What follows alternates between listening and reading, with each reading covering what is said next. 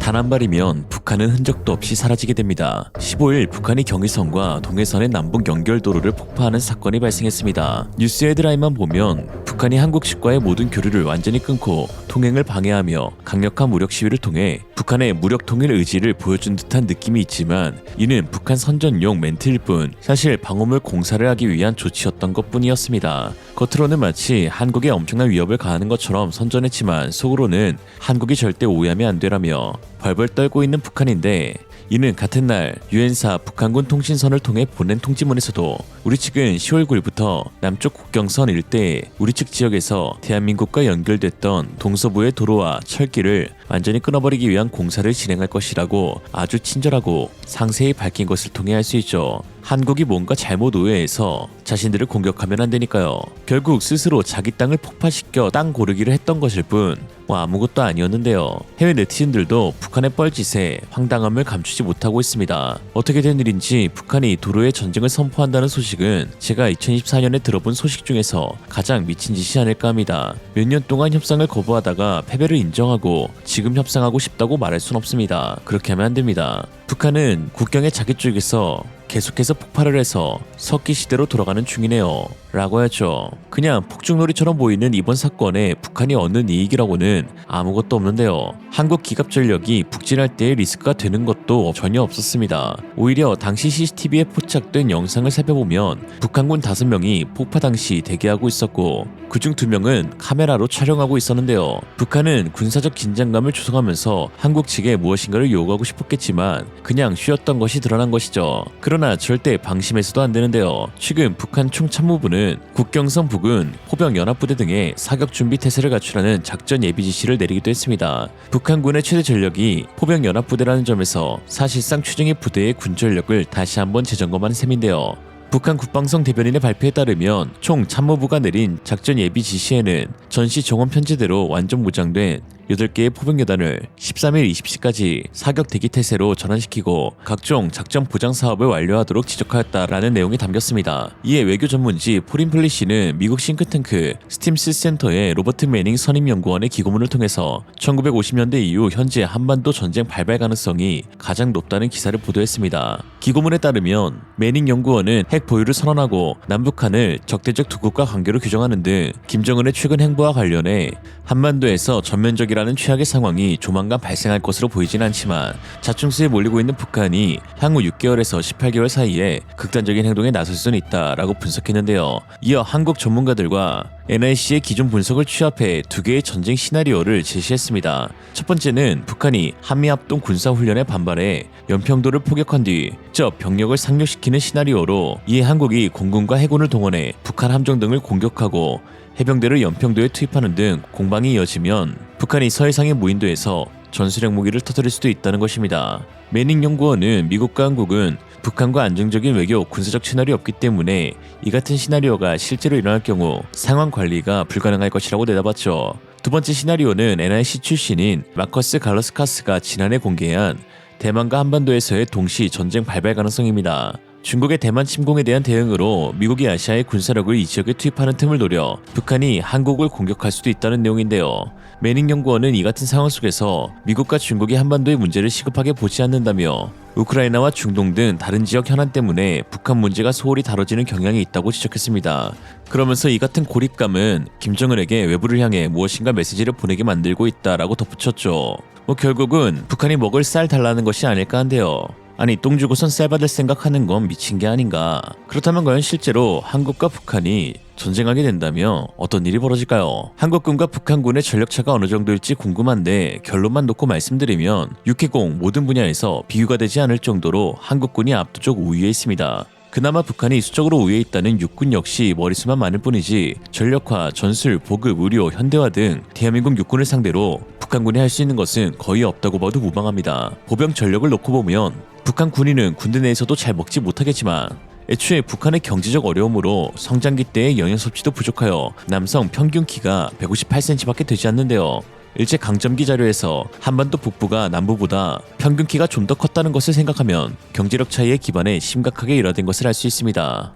전차의 경우도 북한은 대부분 1960년대에서 70년대나 쓰던 1, 2세대 전차들이며 3세대나 3.5세대 전차의 수는 고작 50대 미만으로 추정되고 있습니다. 2020년 10월 열병식에서 공개된 M2022 외형적으로는 3세대 전차에 속한다고 쳐주곤 있죠. 한국의 경우 3세대, 3.5세대 전차가 K2표를 포함해 약 1700여 대에 달합니다. 2세대와 3.5세대의 차이는 하늘과 땅의 차이라고 할 수 있죠. 포병은 어떨까요? 북한군이 그렇게나 서울을 불바다로 만들어버릴 수 있다고 허세를 부린 자행표의 경우 발사 준비 시간만 30분에 달합니다. 그리고 발사 속도는 5분의 2배 수준으로 처참하게 느리죠. 반면 한국이 1300문이나 부여하고 있는 K9의 경우 15초당 3발, 분당 12발로 북한의 60배에 달합니다. 말 다 했죠. 해군과 공군은 비교하는 것이 무례할 정도로 한국이 압살하고 있는데요.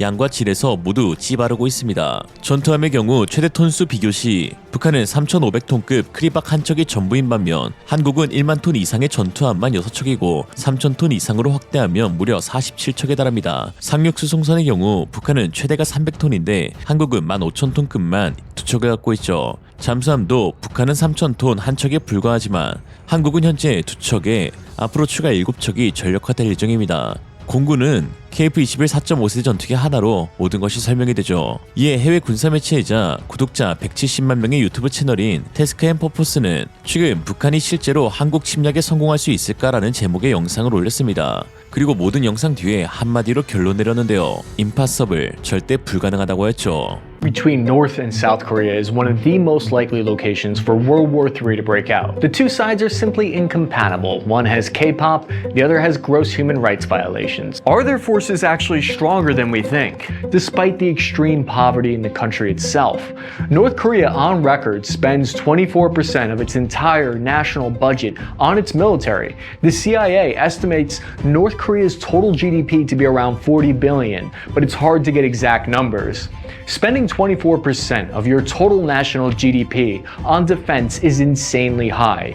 The US and most modern nations spend between 2 and 4%. In terms of force numbers, the North has double that of the South, but the balance of power is relatively even due to the South's economic and technological advantage. All combined, 30% of the entire population serves in some military capacity in North Korea. For reference, less than 1/2% of the population in America serves in the military. They recruit citizens in their late teens into military units that are basically simply construction jobs on the underground facilities. They sign a confidentiality agreement and then they work in that same facility digging tunnels until they turn 60 years old.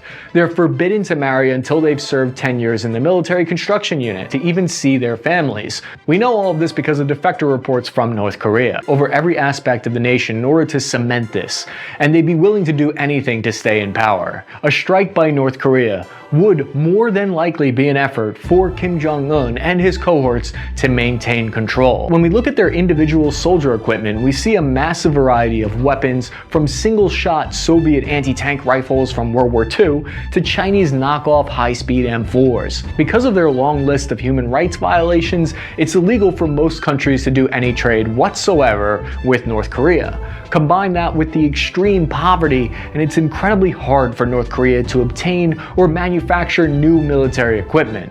During the Cold War, the Soviet Union was more than happy to trade and provide arms and equipment to their military. But since the fall of the USSR, China has become North Korea's only real trade partner. According to this exhaustive 332-page declassified army document on North Korea's military tactics, doctrine, and geopolitics, China is North Korea's only real major ally, with bilateral trade including over half of North Korean exports and almost 75% of its imports. This is why their forces are equipped with leftover Soviet and Chinese uniforms and kits while sporting old AK-style rifles, which is a locally manufactured version of the AK-74 firing the smaller 5.45 cartridge, and it accepts a unique yet massive 150-round Helica magazine. It's unclear why North Korea decided decided to go with these magazines considering the huge increases of weight, greater possibility of malfunction, and the complexity of reload. The majority of North Korea's soldiers carry 20th century Soviet gear and similarly old uniforms and steel helmets.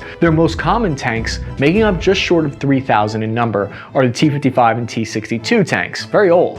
Though formidable in their day, they are greatly outclassed by any modern tank. Even a decent RPG or AT-4 shot can completely disable these things. The North Korean Navy deploys a total of 780 vessels, and only about 10 of those could effectively deploy further than 50 kilometers offshore, those 10 being a small handful of old light frigates and covert ships. The North Korean Air Force by all measures is poorly trained and poorly equipped, with pilots flying at most 10 to 15 hours per year based on our surveillance.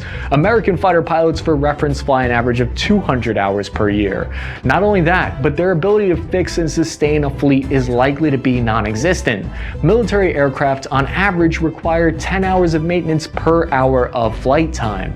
According to the Army Manual on North Korean military tactics, North Korea cannot fight a long war due to the lack of petroleum products, ammunition, and spare parts. Due to the age of their weapons, missile systems, and lack of training, they would be quick and easy targets for suppression of enemy air defense and long-range artillery fire. In short, North Korea would have zero hope of any air superiority. 북한이 한국 땅이 아닌 오히려 자국 땅을 폭파시키면서 한국에 위협을 가했던 것은 절대로 한국을 화나게 해서는 안 된다는 것을 깨닫고 있기 때문입니다. 자칫 한 발이 한국 쪽으로 튀게 되면 한국은 그 일대를 초토화시킬 준비를 하고 있으니까요. 민간용 무인기가 북한 김정은의 머리 위로 지나가도 허술한 레이더망에 발견조차 못했던 북한이기에 언제 어디서 까딱하다간 현무5로 자신이 제거될지 모른다는 생각을 갖고 있는 김정은입니다. 그래서 이렇게 말했잖아요. 대한민국을 공격할 의사도 전혀 없고 그냥 마주하고 싶지도 않다. 딱 보니까 쫄았네 이 새끼.